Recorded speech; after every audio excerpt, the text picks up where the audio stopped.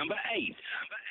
It's U.S. gun laws. President Obama is considering using his executive powers to bypass U.S. Congress and make significant changes to gun laws. He says his inability to win congressional backing for what he calls common sense gun laws is the greatest frustration of his presidency. This announcement comes just a week after a series of videos made by Spike Lee featuring NBA stars and families of victims of gun crime were shown in America as part of a campaign to end gun violence. Here's an excerpt from the film. My name is Cheyenne Norman. And on July 22nd, 2012, I took my son, Lloyd Christopher Morgan, Jr., outside to play. I never brought my son back home. All day, it was happiness. And at 9 o'clock, they started shooting. You would have thought I was in a war zone, as many shots was fired that night. But my 4-year-old son was the only one killed. I seen a hole in his head, and I knew he was kind of going. My son was gunned down like he was a grown man. 1 shot to the head. And my whole life changed. That was Cheyenne Norman. Her 4-year-old son was shot dead in 2012. On Friday, Texas became the most densely populated state to make the visible carrying of handguns legal. That means that licensed Texans will be able to walk around with holstered pistols, much the same way that they did, I guess, 100 or so years ago, in most public places like shops, restaurants, and churches. C.J. Grisham joins me now as the president of the Open Carry Texas, and he spearheaded the campaign to pass this law in Texas. Happy New Year to you, C.J. Happy New Year to you, too. Now, the law's only been in place for the last 3 days or so. Have you seen a huge take-up on this? Are many Texans now walking around with their guns on show? It's not that many people, because you have to have a license to be able to do so. And in order to get a license, you have to pass a background check. You got to go through training. You've got to get a mental health inspection, all those kinds of things. And only 4% of the Texas population even has a license to carry. So this isn't a big deal here in Texas. It's a very small percentage of Texans who are carrying. But we have gotten hundreds of emails from around the state saying, hey, I open carried at this restaurant or this supermarket or this department store, and nobody said a word. So it's very uneventful. Why is it important, do you think, CJ, for Americans to be able to carry around their weapons, their licensed weapons, on full show?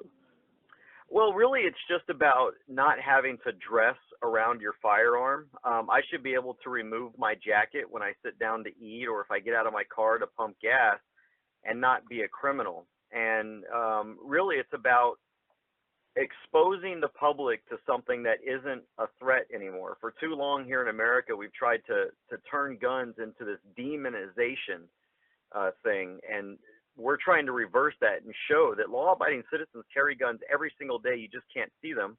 Now you can see them, and there's no difference but a thin piece of fabric.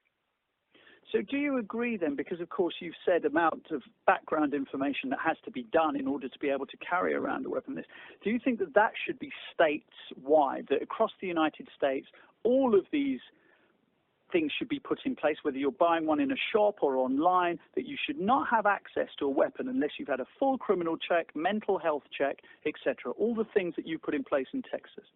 Well, we've already got those laws across the country, and so you already have to go through a background check to purchase a firearm. The thing is, criminals don't do that. You can pass all the background checks you want, and a criminal gang member in Chicago isn't going to go and run a background check on another criminal gang member. Sorry, how many of the mass college shootings were carried out by criminal gang members? Well, they were all carried out by criminals, not licensed carriers. Not gang members. So how did those people manage to access the kind of weaponry that led to all of those deaths then? Illegally. That's what I'm saying. So how do you tighten that up then? Well, you can't stop all crime. You tighten it up by getting rid of gun-free zones and allowing people to defend themselves no matter where they walk, no matter where they go, no matter where they study, because you just never know. Just to be clear, CJ, the solution is actually having more guns in circulation in America. Therefore, when Columbine happens, a teacher can open fire in a classroom against the assailant. Right. So guns in classrooms, for instance, you advocate that? Well, there's already guns in classrooms. It's just they're in the hands of criminals, and the good guys can't defend themselves. So, I mean, armed teachers in American schools. Absolutely. I don't see why not. There's no difference between a school and a library or a crowded restaurant.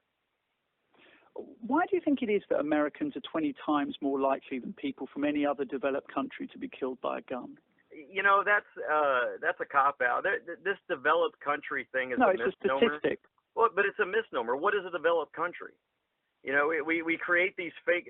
The United States with the most. Are you not guns, proud to be an American? Are you not proud of its economic success? I am proud to be an American, and I am proud of the fact that we have the most guns of any country, and we are not the highest death rate in the world. We're in the middle of the pack. But the problem is that these statistics want to cherry pick which countries they're going to compare us to, which countries are so-called developed and which ones aren't, and to try and skew the numbers against a basic right to keep and bear arms. So often the line is that guns don't kill people, people kill people. But where do you stand on the ability to shoot someone if you don't have a gun? Well, the purpose of having a firearm is solely for self-defense.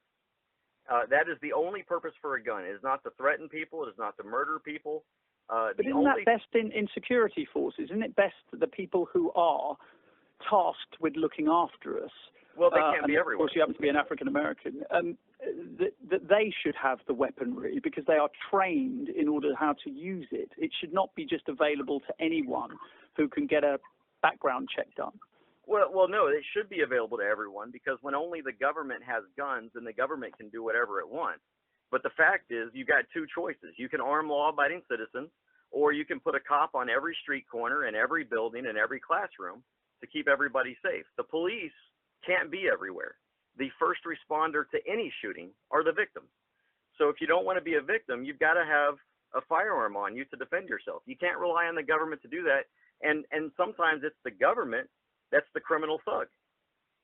Mark, do you want to come in here? Yeah, the visibility, this new law that's passed in statute means the visibility around local, towns means that, you go into a restaurant, you know whose dad, whose uncle, whose friend's dad has a gun. You know whose shed to break into. You know whose car to break into.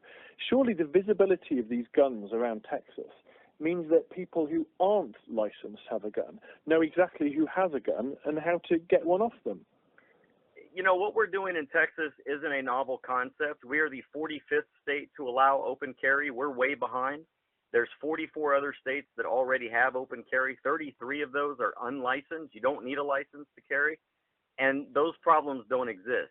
So that's just, we're talking about something that simply doesn't exist anywhere else that open carry is legal. But 88 gun deaths a day. That's what has demonized gun use. 88 gun deaths a day. Countries like ours just look on in absolute horror and bemusement about what goes on in your country. Well, again, numbers are such a funny thing. 88 deaths includes police-involved shootings. It includes suicides. How many? Let's break it down then. Let's break it down. If you know the numbers so well, then how many of those shootings, those 88 that Mark spoke of, are down to people with licensed weapons or indeed unlicensed weapons shooting each other? Well, you're down to less than half of those that are criminal in nature. So 40 people a day are dying in America. In a country of over 300 million people. And you don't think, so that's fine. No. That's happening. No murder is fine. No murder is fine. That's where we've got. I don't know where you get that from because I've never said that. I've always said guns are good for self-defense. Look at France. You guys have had 2 mass shootings over there in France. Not you, but Europe has had 2 mass shootings in France, and they've already banned guns. Okay, we're going to have to leave it there. But CJ, thank you very much for joining us. All right, thank you. On 5 Live.